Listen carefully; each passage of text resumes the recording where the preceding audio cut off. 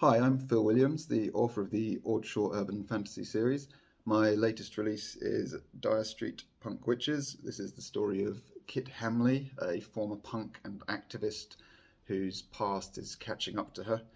She used to know some criminals, some pretty bad people, and we've got a bit of a crime thriller element as this gets her caught up in all sorts of fresh trouble.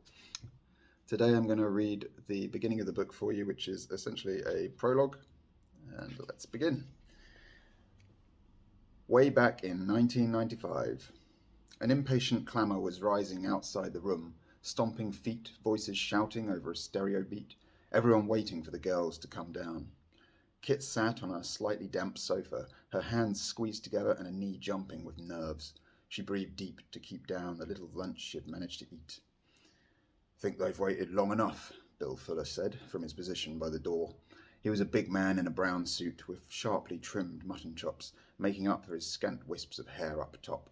His meaty hands rested on a cane he didn't really need, gold rings tapping against the brass tip. "You girls ready?" Kit met his eyes, silently saying yes. If she spoke, she might spew. Clover curled herself into the corner of the sofa while Big Mad paced through the centre of the room, stomping out her worries. Bill gave Kit a simple, fatherly smile that said they could have an extra minute. But the crowd was getting restless. "Get out here, Bill," someone shouted. "What are we waiting for?" A glass smashed somewhere, making Clover flinch as it sparked a round of complaints. Big Mad peeked through the window blinds and offered a breathless assessment. "Oh, God." "I'm going down," Bill said. "Stall them. Come when you're ready, but don't wait too long. You'll spot Chester right away. He'll be the one dressed fancy, looking like he owns the place. Whatever else you do, make an impression on him." Bill opened the door and exited into a metal gangway overlooking the warehouse floor. The crowd quietened as he surveyed them, and the door swung closed.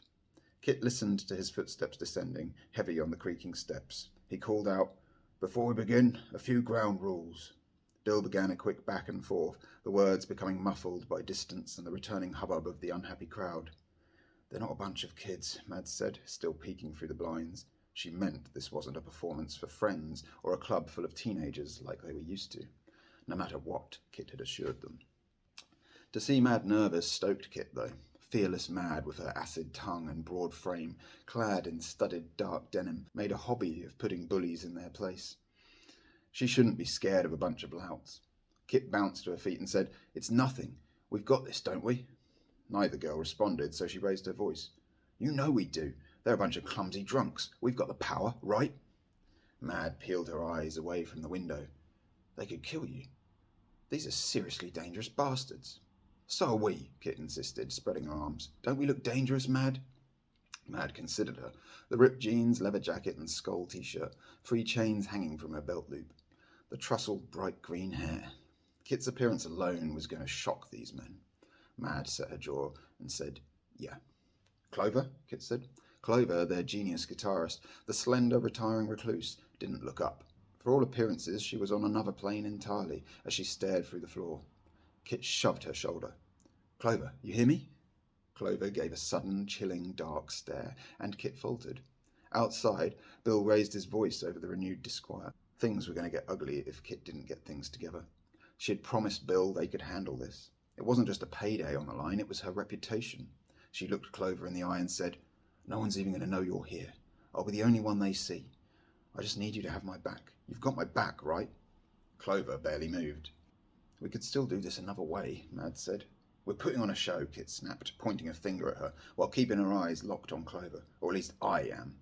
You do your thing, and I'll do mine, and these dickheads won't ever forget it. Because who are we, Clover? Come on, who are we?"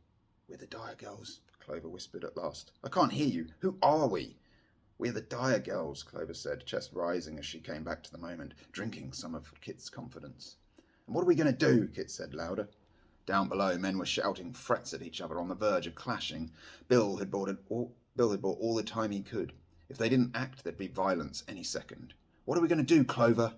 "We are the Dyer girls," Clover replied, standing, clenching her fists. She completed their mantra. "And we're here to make you scream." Raw, dark power flooded out of her, the whispers of shadow that made Kit swell with pride and strength, and just a tingle of fear. She flashed Mad another look. "Ready?" Clover hopped on the spot, repeating, "We are the Dyer girls, we are the Dyer girls." Mad paced over to join them, and Kit grabbed her and Clover's shoulders, pulling them in for a huddle. They bumped foreheads as she said, "Don't hold back, okay? Give me all you've got." Her friends nodded, excitement finally replacing fear, as they started muttering under their breaths, a quick chant, a blessing. Energy buzzed between them, infecting Kit, amping her up. She jumped clear of her friends, rolled her shoulders, and stretched her neck, ready. Actually going to do this. The others moved into place behind her, rubbing their hands, humming low and powerful focus. Kit inhaled their energy and felt its shadowy embrace sweep through her as her eyes found the baseball bat propped by the door. Down below, a rough voice boomed, "Enough talk, Bill. We doing this or what?" "Yeah," Bill shouted back, worked up too. "I'd say we're ready to go." That was Kit's cue. She thrust the door open and jumped out, grabbing the bat. Leaving Mad and Clover behind, she leapt down the metal steps in light strides, 2 or 3 at a time, twanging the bat against the banisters. A sea of 24 hard-faced men watched her in surprise. They were separated by an invisible divide, half clustered around Bill, the other half flanking a short, ugly guy in a thick woolen trench coat, surely Chester Pacey. Most of them were carrying tools of some sort, pipes, bats, hammers, no blades. Kit jogged off the steps, driven as much by adrenaline as by the energy flowing down from Mad and Clover back in the office. Bill's group parted to let her through, many as confused as Chester's lot. "What the fuck is this?" Chester demanded. Kit picked up speed, moving through Bill's men, brimming with power that needed to come out. She was a supernova about to blind them all. They were the Dyer girls, and these men were nothing.